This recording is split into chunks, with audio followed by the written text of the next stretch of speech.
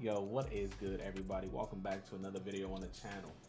Let's just dive straight into it because I'm so excited. Earlier today, Biomutant patch 1.5 was released.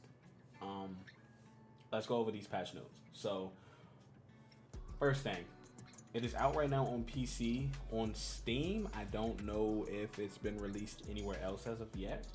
I do know the console specific update will follow suit next week sometime. But so far, let's just go with what is added. It added a field of view typesetting, which lets you select the different, which lets you change between horizontal and vertical field of view, which is just like super great if you have like an ultra wide monitor. You can actually get the correct aspect ratio for that monitor, which is amazing. They also fixed the issue where your game would temporarily lose contact with your GPU and crash. So no more of that, we're done. Once it comes out on consoles next week, there's a PS4 specific patch. They fixed some menus not working correctly when entering, and the back buttons are swapped. They also added something that is like amazing for anyone who's already beat the game and is doing in-game plus. They increased the level cap from 50 to 100. Not 50 to like 75 or 50 to 60, but they bumped it all the way. They went from 50 to 100. Like, that alone is like amazing. And then they also, I don't want to say they did an overhaul of the loot system, but they made some pretty significant changes. So here's what it says on the patch notes. In order to improve the looting experience, we've tweaked how the loot generation works to reduce duplicate items and improve loot variety. We've also added several new items which have higher stats than their lower rarity counterparts. This means that an item found with a certain rarity can also be found later with a higher rarity and substantially improved stats. Like, to me, that's amazing. I feel like they're not doing anything wrong. They are adding longevity to the game. And to top it off, we've also added the much requested scrap action to the loot screen, which should reduce time spent cleaning up the inventory. Thank God. So that was, I think honestly, that was one of my biggest issues when it came to looting in this game, was getting a trash piece of gear and not having the ability to just auto scrap right there. Game changer. They've also added more superb loot variations. They added higher tier relics and legendary weapon parts that will drop at level 50. They updated the loot generation to provide more variation and less duplicate items. Added scrap. Yep, we already went over that. Added settings for hiding and showing head items. Let me see if I can find it, because there's a specific reason I think that was actually done. If I can find it really quickly, I'm gonna throw it up. There was a Redditor who posted a very funny picture of his character wearing a mask. And the mask didn't really look too hot on him. So I just found it. I'm gonna throw that picture up. It increased the damage of later tribe weapons to better fit player level and gear. It removed add-on slots from special gear that can't be scrapped, lost, or crafted with. It fixed the issue which allowed an unlimited material supply to be gained from crafting. It fixed the missile cloud to correctly fire on every 4th shot during the rapid shot and super wushu. I've never ran into that issue, but then again, I am running mainly as a side freak, so. Update saw blades to have lower spread, high velocity, and the correct pierce through enemy behavior. Okay. Fix Pichu nunchuck being hidden in inspect mode. So a lot of these, a lot of the things that they patch, I haven't really had issues with. Fixed issue where it was possible to equip another one-handed weapon when Pichu nunchuck. Is that how you spell nunchuck? That's not how you spell nunchuck. Nunchuck was already equipped. It fixed the issue that caused the Valve add-on to have higher stats than intended, reduce the resistance value of the ancient pants to make other gear more valuable. Okay. I'm not mad at that. Kinda, I don't feel like anything should ever be nerfed in like a single player game, but you know, to each his own.